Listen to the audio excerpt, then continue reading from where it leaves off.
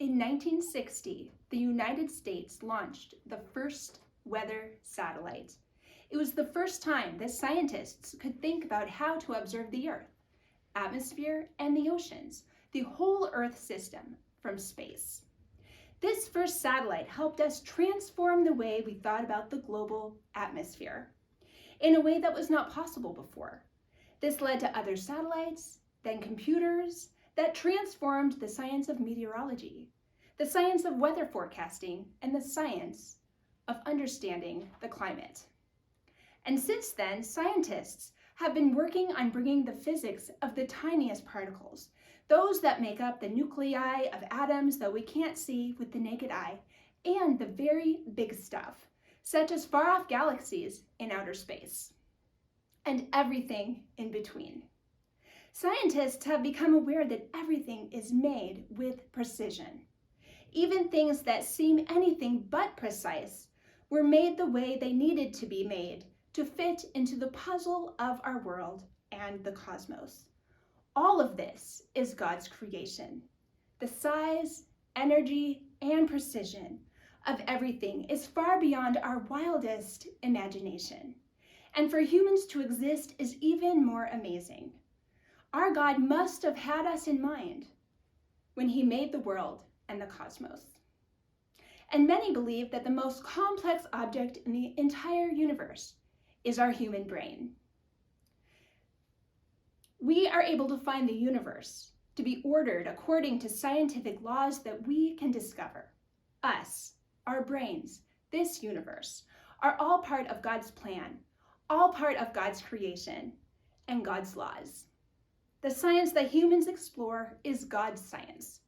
We have been made in God's image to learn and comprehend God's creation in its entirety.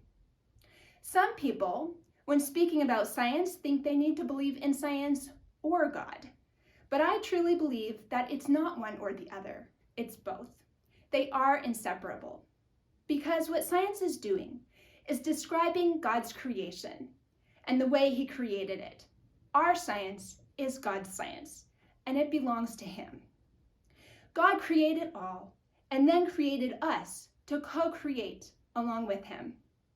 Our God is an amazing God.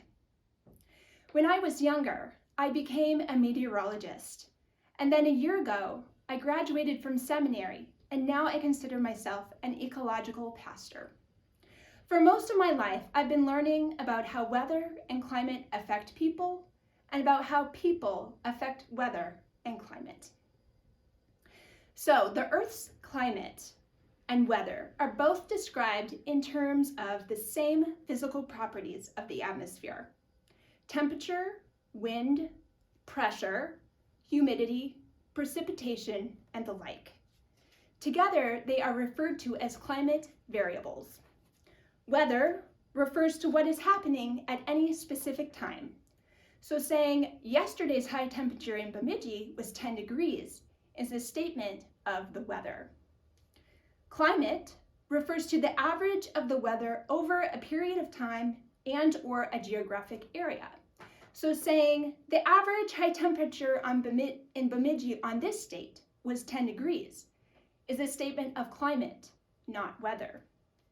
Climate change refers to a change in the average value of a climate variable over a certain geographic area. Remember, our science is God's science, and God's creation is us and our world and everything beyond.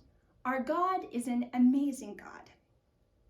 Do you know, forming a personal relationship with God, who created this fantastic universe, is the most wonderful and exciting possibility that you can do in your entire lifetime? Why, you may ask? Because when we have a personal relationship with God, then we learn about God's creation that is beyond us, okay? And when you learn about God, then you learn about God's Son, Jesus, who himself became a part of creation. God could not have given us a stronger message about his commitment to creation than the person of Jesus. But we live in a world where God is ignored. The Bible is largely unknown. God's rules are not followed, People do their own thing, think what they want, and do what they like. That's the modern way. When the world is seen in this subjective way, facts are ignored. Even the objective truth of science is questioned and viewed as just as another opinion. Science and theology together show something very important. Both are talking about objective truth, truth about our universe, about ourselves, and about our God. This has big implications for our care of creation.